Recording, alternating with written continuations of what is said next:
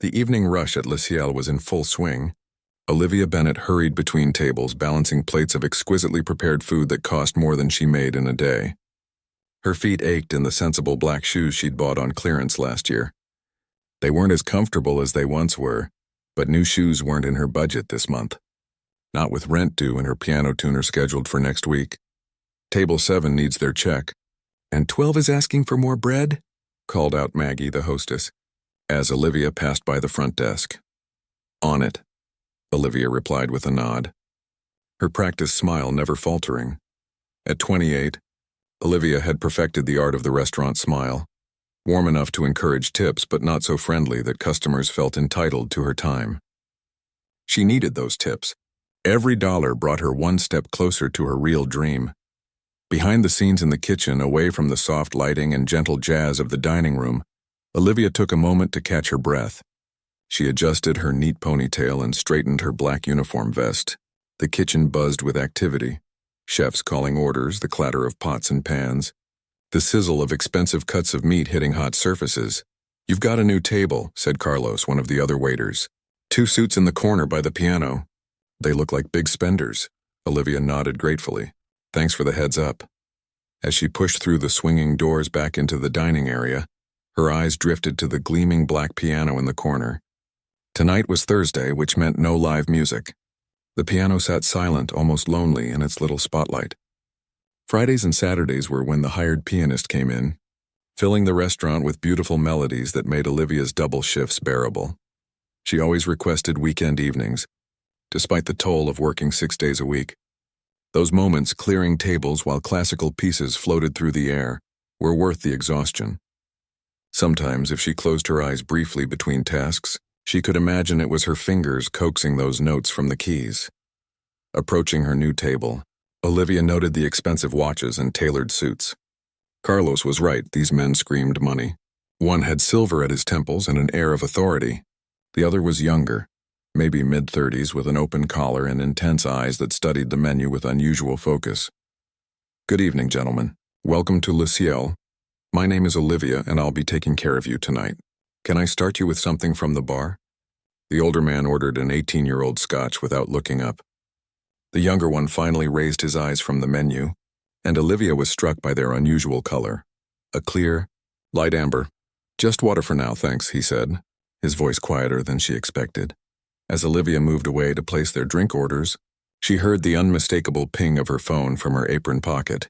Normally, she never checked her phone during shifts, but she was waiting on an important email from the community college, where she took music classes 3 mornings a week.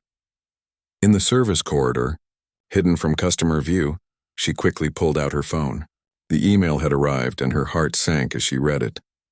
"Dear Ms. Bennet, we regret to inform you that due to budget constraints, the advanced piano master class you enrolled in has been canceled for the upcoming semester. Your tuition will be fully refunded within 5 to 7 business days. Sincerely, Hudson Community College Music Department." Olivia leaned against the wall, disappointment washing over her.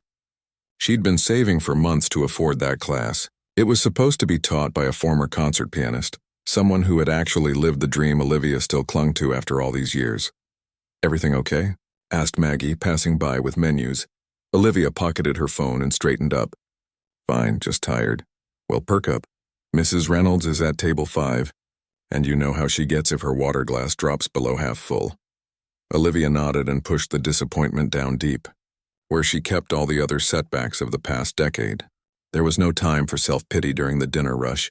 The rest of her shift blurred together, refilling drinks, reciting specials, clearing plates, bringing checks.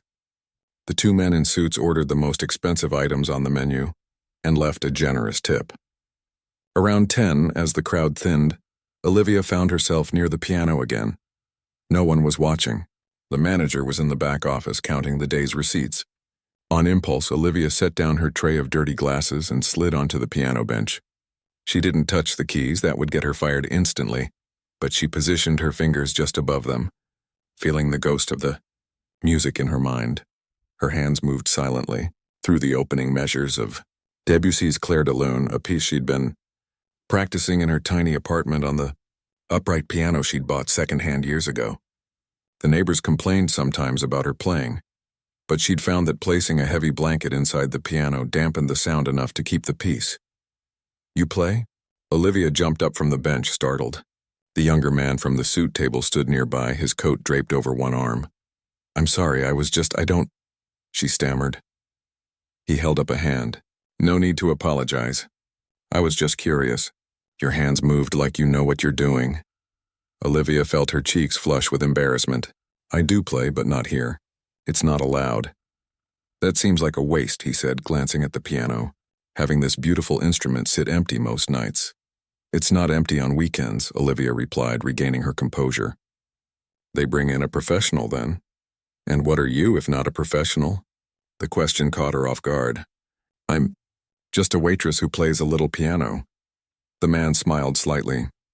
"I doubt that's true." Before Olivia could respond, he was gone, walking toward the exit.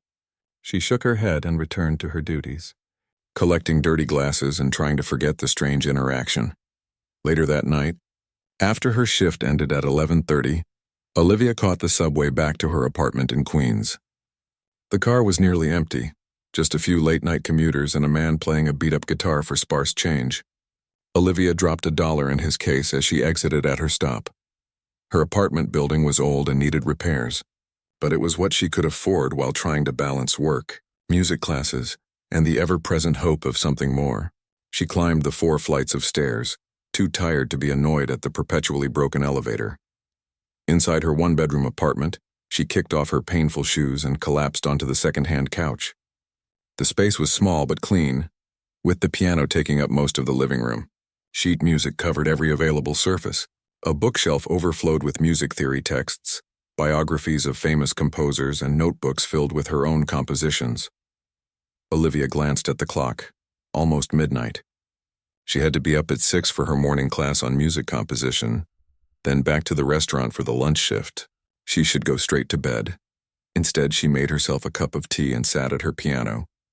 Her fingers, stiff from carrying trays all evening, moved slowly at first across the keys. She played quietly, mindful of the hour and her neighbors. The melody was something she'd been working on for months, a piece that felt like it was trying to tell a story she couldn't quite put into words.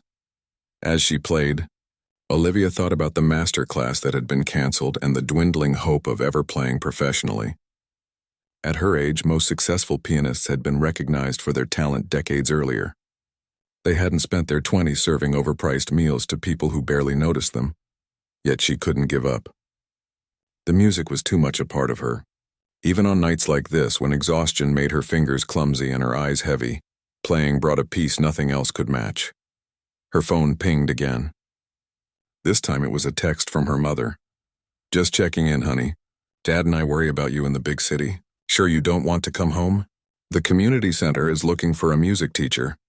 Olivia sighed. Her parents meant well, but they'd never understood her determination to make it as a pianist in New York.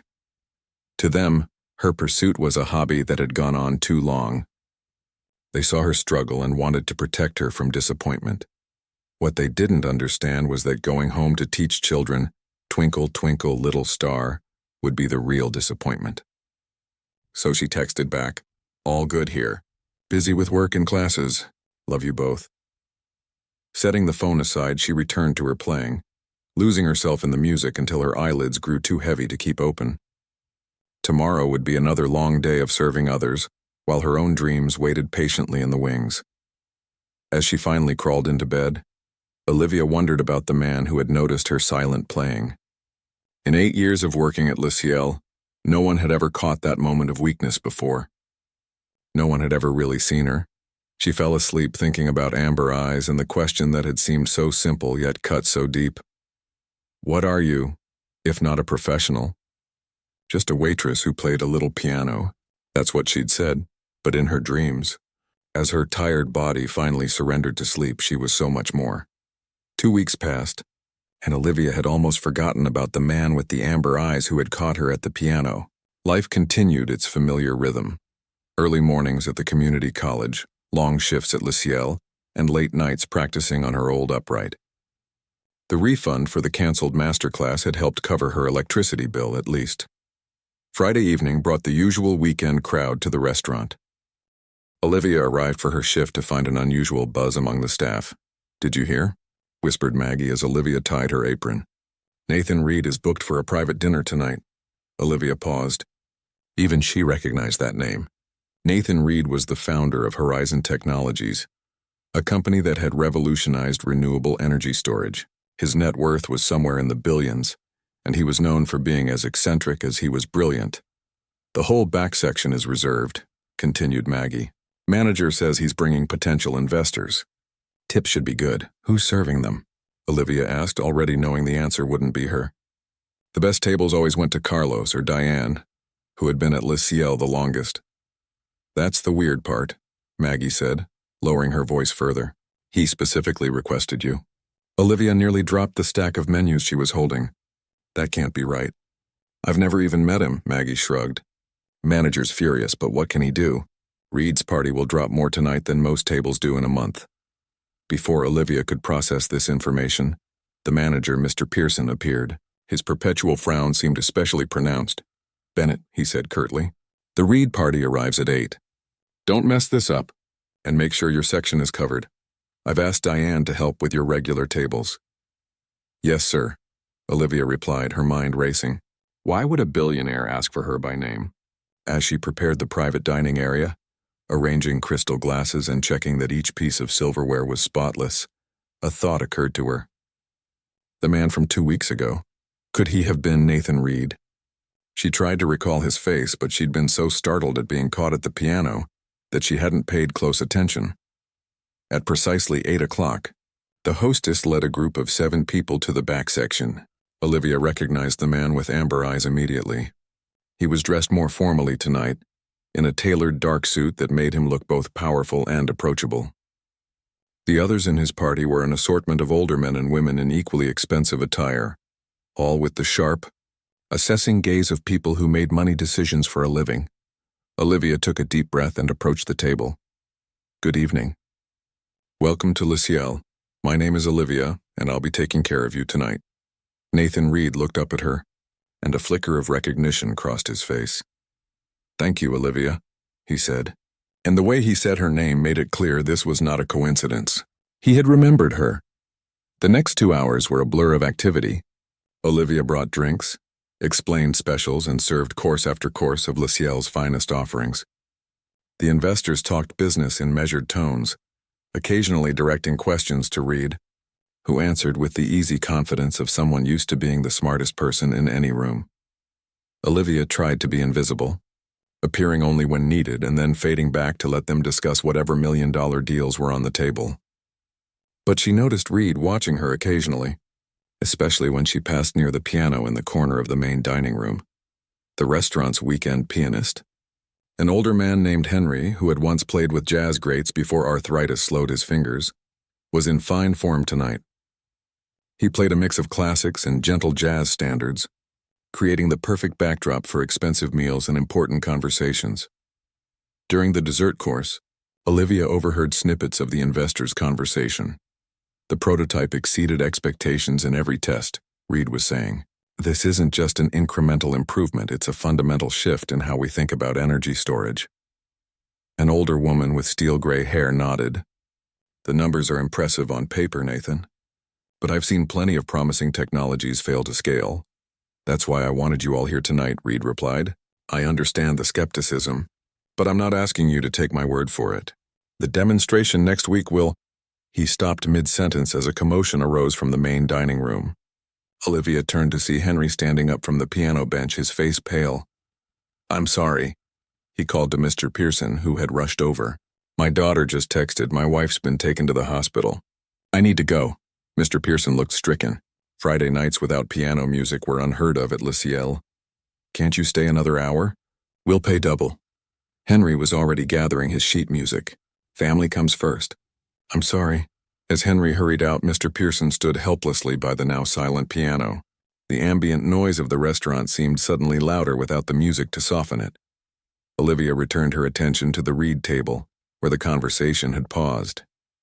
Several of the investors looked annoyed at the interruption. "No music for the rest of the evening?" asked the gray-haired woman. "That's a shame. It was quite lovely." Mr. Pearson approached their table, apologizing profusely. "I'm so sorry for the interruption, Mr. Reed. I can put on some recorded music if you prefer."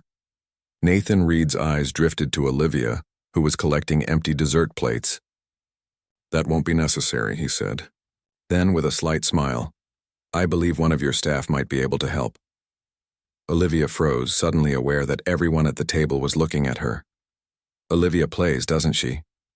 Reed continued, his tone casual but his gaze intent. Mr. Pearson turned to her, confusion evident on his face. "Bennett? You play piano?" Olivia felt her cheeks flush. Yes, I do, but I'm not. I couldn't possibly." "Nonsense," Reed said.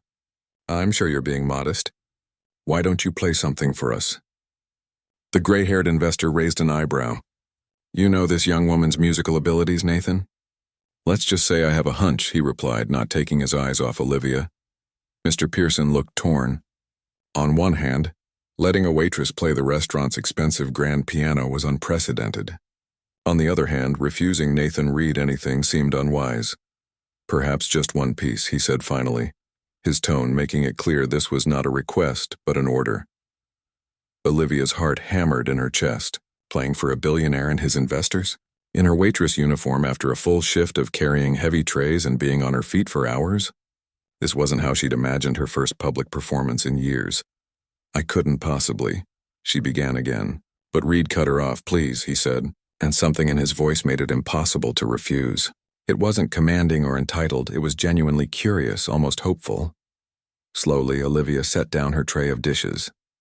The other diners were watching now, wondering why a waitress was approaching the piano usually reserved for professionals. She could feel their stares as she sat down on the bench, her legs shaking slightly. The keys looked different under the restaurant's soft lighting.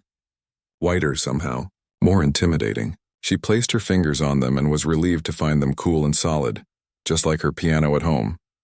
What should she play? Something simple and safe?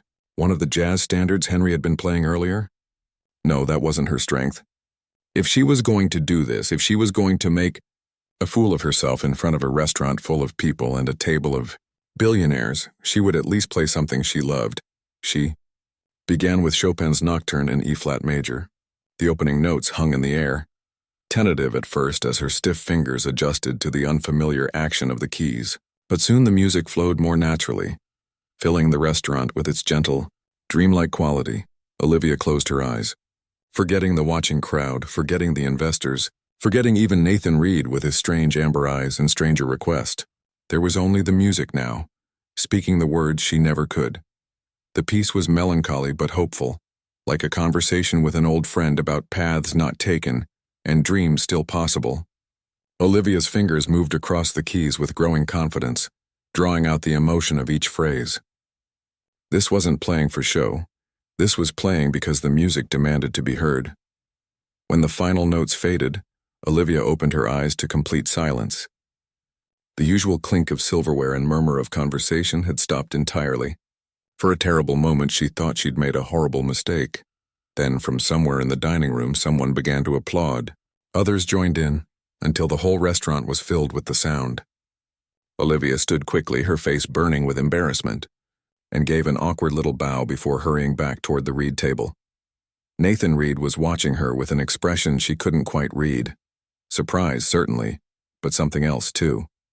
Approval? Curiosity? Whatever it was, it made her even more flustered. "Thank you," he said simply when she reached the table. That was unexpected. The gray-haired investor was studying Olivia with new interest. "Where did you train, my dear?" Not formally," Olivia stammered. "Community college classes and self-teaching mostly." "Remarkable," the woman said, turning to Reed. "You have an eye for talent, Nathan." "Always have." Reed smiled slightly. "Sometimes talent is hiding in plain sight." He reached into his jacket pocket and pulled out a business card, handing it to Olivia. "When you have a moment, I'd like to speak with you." Olivia took the card numbly, nodding as if in a dream. The rest of the evening passed in a blur. The Reed party left shortly after, leaving a tip that made Olivia's eyes widen when Mr. Pearson handed it to her. Other diners stopped her to compliment her playing. Even Carlos seemed impressed. "Didn't know you had it in you, Bennett," he said as they closed up for the night. Later, alone in the employee locker room, Olivia finally looked at the business card. It was simple, elegant white cardstock with just a name and number. On the back, in neat handwriting, was a note. Music shouldn't be kept hidden. Call this number Monday at 10 a.m. NR. Olivia tucked the card carefully into her wallet. Whatever tomorrow might bring, tonight, for the first time in years, she had played for an audience. And they had listened. The weekend passed in a blur for Olivia. She worked her usual double shifts at Le Ciel, but everything felt different. Customers who had been coming to the restaurant for years suddenly knew her name. Several asked if she would play again. Mr. Pearson, who had barely acknowledged her existence before Friday night, now watched her with calculating eyes, as if reassessing her value to the establishment. "You should have told me you could play like that," he said during Sunday's pre-shift meeting. "We could have worked something out." Olivia just nodded, knowing that something would have meant playing for free during her breaks, or for much less than what Henry was paid. She'd seen how the restaurant business worked for too long to believe otherwise. The business card from Nathan Reed burned a hole in her pocket all weekend. By Monday morning, she had convinced herself of several things: that he was just being polite, that nothing would come of it, that she'd make a fool of herself if she called. Yet at 9:55 a.m., sitting on the edge of her bed in her tiny apartment, she found herself staring at her phone, the number already dialed, but not yet sent. Her finger hovered over the green call button. What was the worst that could happen? Rejection? She'd faced plenty of that before. At exactly 10 a.m., she pressed call. The phone rang only once before a crisp, professional voice answered. "Mr. Reed's office." Hello," Olivia said, immediately regretting the uncertain start. "My name is Olivia Bennett. Mr. Reed asked me to call this number at 10 today." "Yes, Ms. Bennett, Mr. Reed is expecting your call." "Please hold."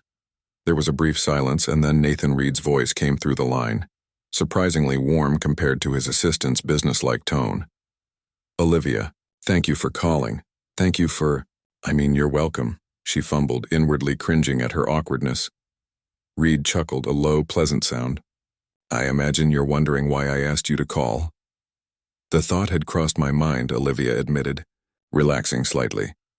"I'd like to invite you to play at an event I'm hosting this Thursday evening, a private dinner at my home for the same group you met on Friday, plus a few others. The stakes are high, and I believe your music could help set the right tone."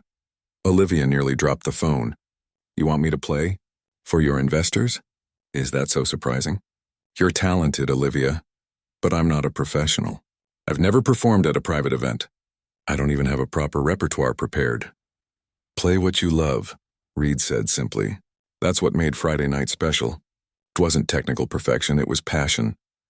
Olivia was silent, turning his words over in her mind. "Of course, you'll be well compensated," Reed continued. $10,000 for a 2-hour performance? This time Olivia did drop the phone. She scrambled to pick it up from the floor. "I'm sorry, did you say $10,000? Is that insufficient?" No," Olivia interrupted, then lowered her voice. No, that's more than generous. It's just unexpected, so you'll do it?" Olivia took a deep breath. $10,000 would cover her rent for nearly a year.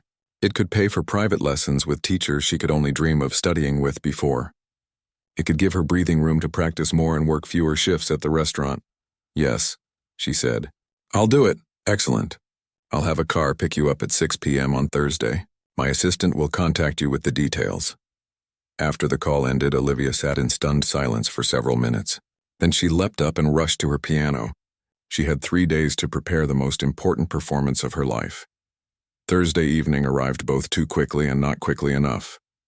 Olivia had practiced until her fingers ached, pulling out old pieces she loved and polishing them until they shone. She'd called in sick to the restaurant for 2 days, something she'd never done before, just to have more time with her piano. Now she stood in front of her closet, realizing with dismay that she owned nothing appropriate for playing piano at a billionaire's home. Her nicest outfit was a simple black dress she'd worn to a cousin's wedding 3 years ago. It would have to do. At exactly 6 p.m., her phone buzzed with a text. "Your car is waiting downstairs." Carrying her folder of sheet music, more as a security blanket than anything else, since she'd be playing from memory, Olivia made her way down the 4 flights of stairs. Outside her building sat a sleek black car with tinted windows, A driver in a suit stepped out and opened the door for her. "Ms. Bennett?" he asked. Olivia nodded, feeling wildly out of place as she slid into the back seat. The leather was buttery soft, the interior spotless. The car pulled smoothly into traffic, heading toward Manhattan's Upper East Side. 40 minutes later, they turned into a private driveway. Olivia peered through the window at a townhouse that somehow managed to be both imposing and tasteful. Lights glowed warmly from within, and she could see figures moving behind the large windows. The driver opened her door. "Mr. Reed's assistant will meet you inside. Good luck tonight." Olivia clutched her music folder to her chest like armor as she walked up the steps. Before she could ring the bell, the door opened to reveal a woman in her 40s with a tablet in hand. "Ms. Bennett, welcome. I'm Vivian, Mr. Reed's assistant. Please come in." The interior of the townhouse was a study in understated luxury. Hardwood floors, original artwork on the walls, furniture that looked both beautiful and comfortable. But what immediately caught Olivia's eye was the piano. It stood in a corner of the large open living space, a magnificent Steinway grand that gleamed under carefully positioned lights. Olivia was drawn to it like a magnet, running her fingers lightly over the fallboard. "It's been tuned today just for your performance," Vivian said, watching her reaction with a small smile. "Mr. Reed thought you might want a few minutes to familiarize yourself with it before the guests arrive." "That would be wonderful," Olivia whispered, afraid to speak too loudly in this temple of wealth and taste. "The guests will be here at 7:30. You're scheduled to begin playing at 8, after the first course is served. There's a powder room just down that hall if you'd like to freshen up before then." Left alone with the magnificent instrument, Olivia carefully set her music aside and lifted the fallboard. The keys gleamed up at her, pristine and perfect. She sat on the bench, adjusting it to her height, and played a simple C major scale. The sound was extraordinary, rich and resonant, with a clarity her old upright could never achieve. This was an instrument that could sing, that could whisper, that could roar. Olivia closed her eyes and began to play a Chopin prelude. Losing herself in the music, she didn't notice Nathan Reed enter the room until she finished the piece. "Don't stop on my account," he said, leaning against the doorframe. He was dressed casually compared to their previous meetings. Dark slacks and a simple button-down shirt, sleeves rolled up to reveal strong forearms. "I was just getting a feel for the piano," Olivia said, suddenly self-conscious. "It's incredible. I'm glad you approve." He walked over to stand beside the piano. "How are you feeling about tonight?" "Terrified," Olivia admitted before she could stop herself. Reed laughed. "Good. A little fear keeps us sharp. Easy for you to say. You've probably never been afraid of anything in your life." His expression shifted, becoming more serious. "You'd be surprised." He glanced at his watch. "The guests will be arriving soon. There's something I should tell you about tonight." Olivia tensed. "What's that?" "The people coming tonight aren't just investors. They're the board of the Reed Foundation, my charitable organization. Every year we fund several arts initiatives, including a music scholarship program." Olivia's breath caught. "A scholarship program? I haven't told them about you," Reed continued. "They're expecting a professional pianist I often hire for these events. I want them to hear you with no preconceptions, no knowledge of your background or training." "Why?" Olivia asked, genuinely confused. "Why me?" Reed studied her for a moment before answering. "Because when I heard you play, even just watching your fingers move silently above the keys that first night, I recognized something rare. Something that can't be taught, only nurtured." He smiled slightly. "Call it a hunch or an experiment. Either way, just play the way you did at the restaurant. Play what moves you." Before Olivia could respond, the doorbell rang. Reed straightened. "That will be the first guests. Make yourself comfortable. Vivian will let you know when it's time." As he walked away, Olivia felt panic rising in her throat. This wasn't just a private performance, it was an audition of sorts. And she wasn't ready. She hadn't prepared enough. Her dress was wrong. Her technique would be found wanting, she would embarrass herself, and Nathan Reed would regret ever noticing her. The next hour passed in a blur. Olivia could hear the murmur of voices and occasional laughter from the dining room. She paced near the piano, trying to calm her racing heart. Twice she nearly called for a car to take her home. Finally, Vivian appeared. "They're ready for you, Ms. Bennett." Olivia followed her to the entrance of the dining room, where a long table was set for 12 people. The same investors from the restaurant were there, along with a few new faces, all well-dressed, all exuding an air of power and influence. All potential keys to a future she'd barely allowed herself to imagine. Nathan Reed stood. "Ladies and gentlemen, instead of our usual entertainment tonight, I've invited a remarkable young pianist to perform for us. Please welcome Olivia Bennett." 12 pairs of eyes turned to her. Olivia felt her legs go weak. The gray-haired woman from the restaurant gave her an encouraging nod, but the others just looked curious, or worse, indifferent. As she made her way to the piano, positioned to be visible from the dining room, Olivia heard snippets of whispered conversation. "Not Jeffries. He always plays these events. Never heard of her. Another of Nathan's projects." Her hands trembled as she sat at the bench. What had she been thinking, agreeing to this? These people were expecting a polished professional, not a waitress who practiced in her tiny apartment between shifts.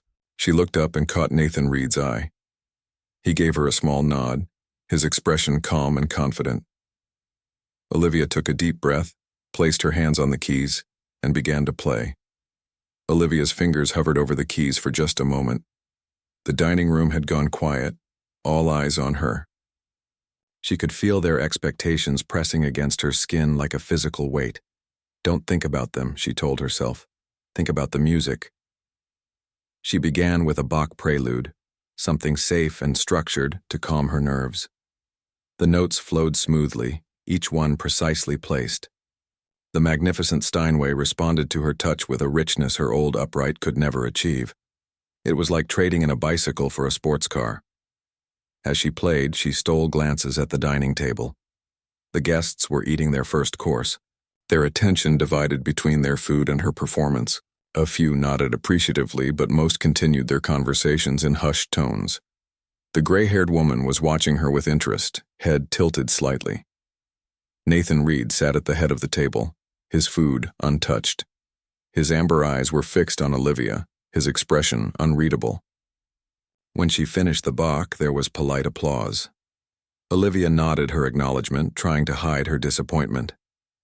This wasn't going well. They were being kind, but she wasn't capturing their interest. They saw her as background music, pleasant but forgettable. She could play it safe, continue with the classical pieces she'd prepared, or she could take a risk. Olivia took a deep breath and closed her eyes. What would she play right now if she were alone in her apartment, playing only for herself? What music was in her heart tonight? Without planning to, her fingers found the opening notes of Rachmaninoff's Piano Concerto No. 2. It was far too ambitious, a piece meant for a pianist with an orchestra behind them. But the melody had been haunting her for weeks, and she'd been working on adapting parts of it for solo piano. The powerful chords filled the room, demanding attention. This wasn't background music anymore. This was a declaration. Conversations at the table stuttered to a halt. Forks paused midway to mouths. All eyes turned to Olivia. She was beyond caring now. The music consumed her completely. The rising and falling melody, the complex harmonies, the raw emotion that Rachmaninoff had poured into every note. Her body swayed with the music, her face reflecting the shifting moods of the piece. She knew she was taking liberties with the arrangement, adapting on the fly to make it work without an orchestra. But that only made it more personal, more truly hers. When she reached a natural pause in the piece, Olivia opened her eyes. The dining room was utterly silent. No one was eating. No one was speaking. They were all watching her, expressions ranging from surprise to astonishment.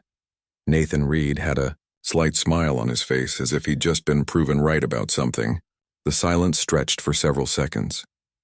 Olivia felt heat rising to her cheeks. Had she made a terrible mistake? Was the piece too unconventional, too ambitious? Then the gray-haired woman set down her wine glass with deliberate care. "Don't stop, dear," she said. "Please." Relief washed over Olivia. She nodded and continued, moving now into Debussy's Clair de Lune. After the intensity of the Rachmaninoff, the Debussy was like cool water, flowing and gentle. Again, conversations ceased. The only sounds in the room were the music and the occasional clink of silverware being carefully set down. For the next 40 minutes, Olivia played without pause, moving from piece to piece in a way that felt natural to her. Classical blended with modern compositions. She included a jazz piece she loved, and even one of her own compositions, something she'd never shared with anyone before. She forgot about the expensive townhouse, the wealthy guests, the $10,000. There was only the music, speaking the words she could never find on her own. When she finally ended with a gentle Chopin nocturne, the last notes hanging in the air like a question, Olivia kept her head bowed for a moment, unable to look up. The silence in the room was absolute. Then came the applause, not the polite, obligatory kind from earlier, but enthusiastic and genuine. Olivia raised her head to see several guests on their feet. The gray-haired woman approached the piano, her eyes bright. "Young lady, where on earth did you train?" "I didn't, not formally," Olivia admitted. "Community college and self-teaching mostly." The woman looked stunned. "That's not possible. You play with too much understanding, too much heart." A balding man in an expensive suit joined them. "Vivian," he said to the gray-haired woman, "this is exactly the kind of raw talent our foundation should be supporting." He turned to Olivia. "Have you considered applying to conservatory?" Olivia felt overwhelmed by the sudden attention. "I did, years ago. I wasn't accepted." "Their loss," the man said firmly. More guests gathered around the piano, asking questions, offering compliments, even suggestions. One woman who introduced herself as a former concert pianist invited Olivia to come to her home studio for an informal masterclass. Through it all, Nathan Reed stood back, watching with that same small smile. Eventually, Vivian, Reed's assistant, gently guided the guests back to the table for dessert, allowing Olivia a moment to breathe. She remained at the piano, running, her fingers lightly over the keys, scarcely able to believe what had just happened. "You moved them," came Reed's voice as he approached the piano. "That doesn't happen often. These people see the best of everything all the time." "I just played what felt right," Olivia said softly. "That's exactly why it worked." He leaned against the piano. The Reed Foundation's music scholarship program funds 2 years of study with any teacher in the world, plus living expenses. It's quite competitive. The board votes on the recipients. Olivia's heart began to race. "Mr. Reed, Nathan, please." "Nathan? If you're suggesting what I think you are, I couldn't possibly accept. It would be unfair. These people only heard me because of you." "True, but they loved you because of you." He nodded toward the dining room, where the guests were deep in conversation. "Listen." Olivia strained to hear snippets of their discussion. "Reminds me of that pianist we funded 3 years ago, the one from Seoul. Much more original, though. Did you hear that piece in the middle? I've never... Exactly the kind of talent we should be... What she could do with proper training." "They're talking about me," Olivia whispered, stunned. "They're plotting your future," Nathan corrected with amusement. "Vivian is particularly determined. She sits on the boards of 2 major orchestras, you know." "But why? Why did you do this?" Nathan was quiet for a moment, considering. 2 weeks ago, I saw a waitress who snuck moments at a piano when she thought no one was watching. Her fingers moved with such longing, such precision. I recognized something in that moment. Talent being wasted, a voice being silenced. He shrugged. "I have resources. Sometimes it's as simple as connecting the right people." "I don't know how to thank you," Olivia said, her voice thick with emotion. "Don't thank me yet. The board still has to vote, but I've never seen them this enthusiastic." A comfortable silence fell between them. From the dining room came the sounds of animated conversation and occasional laughter. "May I ask you something?" Olivia said finally. "Of course. That first night at the restaurant. How did you know? I wasn't even playing. My hands were just hovering over the keys." Nathan smiled. "My mother was a pianist. Not professional. She taught elementary school music. But she played every day of her life. When I was a child, I'd watch her hands move over the keys, see how they shaped the music, how her whole body became part of the performance." His eyes grew distant with memory. "When I saw your hands that night, I recognized that same relationship with the instrument, Some things you can't fake. Before Olivia could respond, Vivian approached. Nathan, the board is ready to discuss the final details of the Tokyo project. And Ms. Bennett, they've asked if you might play one more piece before the evening concludes. Of course, Olivia said, surprising herself with her confidence. As Vivian led Nathan back to the table, Olivia remained at the piano, considering what to play. Earlier, she'd chosen pieces to impress, to demonstrate her technical ability. Now she wanted to play something that expressed what she was feeling in this moment: joy, gratitude, hope, and underneath it all, a profound sense of being seen, truly seen, for perhaps the first time in her life. She began to play. Not a classical piece this time, but her own composition, one she'd been working on for years but never completed. Tonight, somehow, she knew exactly how it should end. The melody was simple at first, a question being asked tentatively. Then it grew, becoming more complex, more confident. The harmonies shifted from minor to major, from doubt to certainty. Her left hand provided a steady rhythm while her right hand explored the higher registers, reaching for notes that seemed just beyond her grasp, but finding them anyway. It was the story of her life, the struggles, the disappointments, but also the moments of pure joy when her fingers found exactly the right notes. And now, this unexpected turn, this doorway opening when she'd thought all doors were closed. As Olivia played the final measures, bringing the piece to its resolution, she felt a profound sense of rightness. Whatever happened next, whether the scholarship came through or not, tonight had changed her. She had stepped into her power. She had made a room full of important people stop and listen. For the first time in years, Olivia didn't feel like just a waitress who played a little piano. She was a musician, a pianist, an artist, and she had finally been heard. 6 months could change everything. Olivia knew this now. 6 months ago, she had been carrying plates at Le Ciel, stealing moments at the restaurant's piano when no one was watching. 6 months ago, her dreams had felt distant, fading a little more each year despite her determination to hold on to them. Today, she stood in the wings of Henderson Hall, listening to the gentle murmur of the audience finding their seats. Her fingers moved unconsciously, practicing passages of music on an imaginary keyboard. She wore a simple black dress, not the old one from her cousin's wedding, but a new one tailored perfectly to her frame. A gift from Vivian, who had become something of a mentor over these past months. 5 minutes, Ms. Bennett, the stage manager said quietly, clipboard in hand.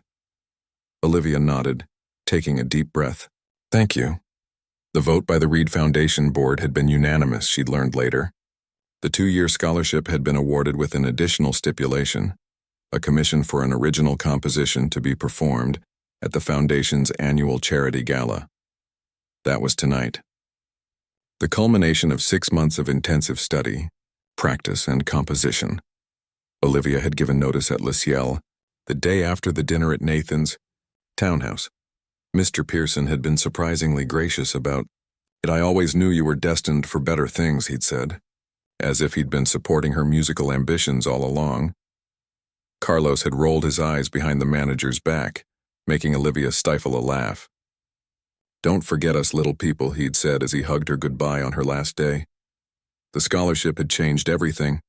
It covered not just tuition for private lessons with some of the city's most respected pianists, but also living expenses, allowing Olivia to devote herself fully to music for the first time in her life.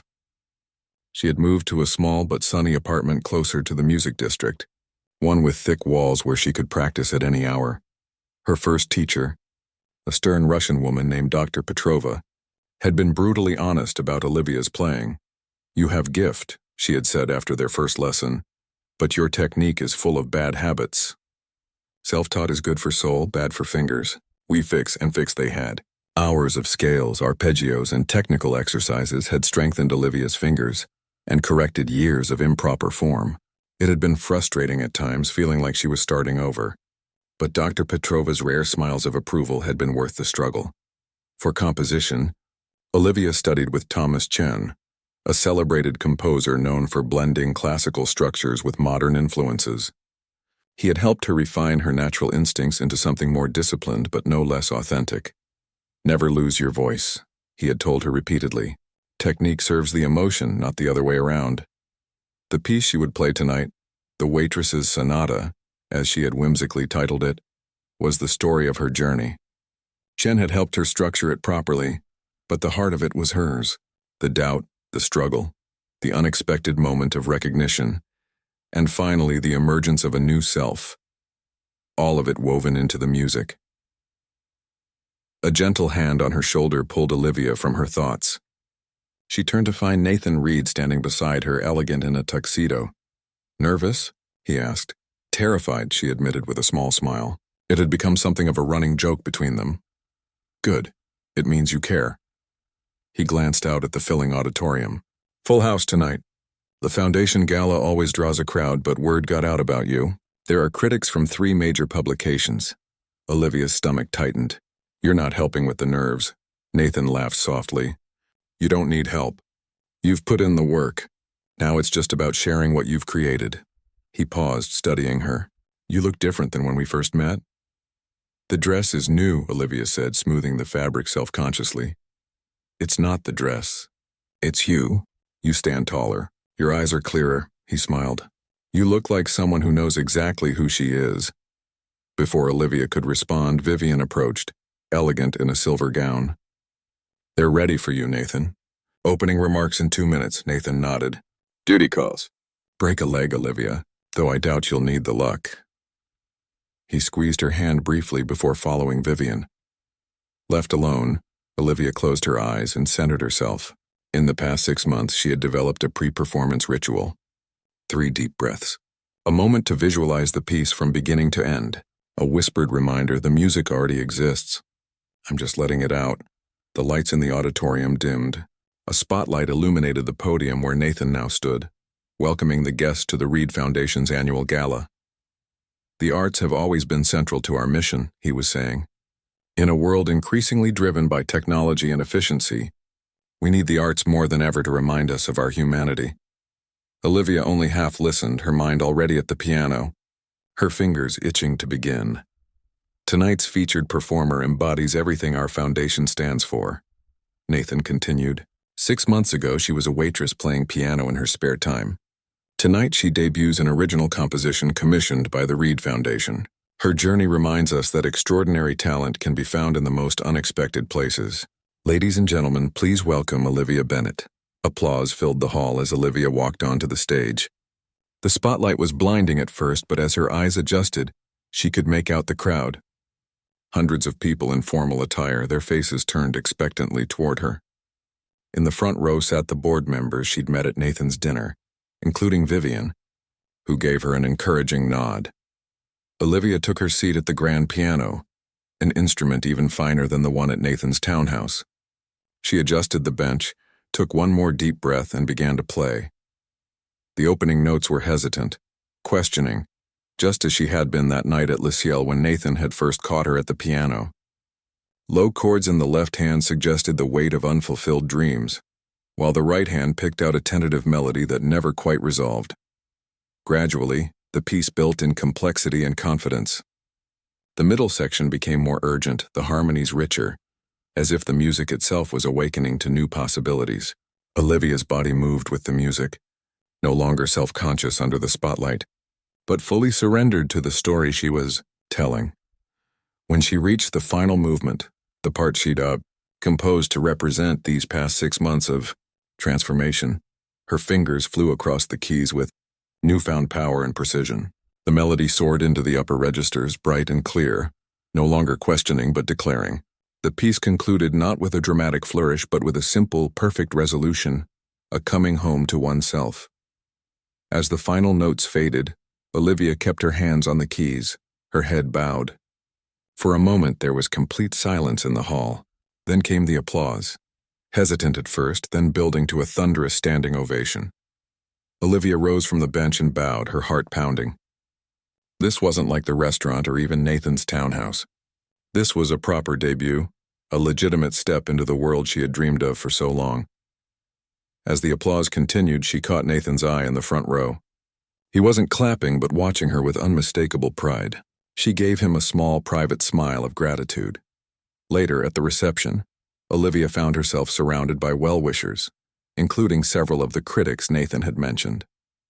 One particularly influential reviewer called her piece, refreshingly, honest in an age of technical showmanship, a comment that pleased her more than any praise of her technique could have. As the crowd around her thinned, Olivia noticed a young woman in a waitress uniform serving champagne.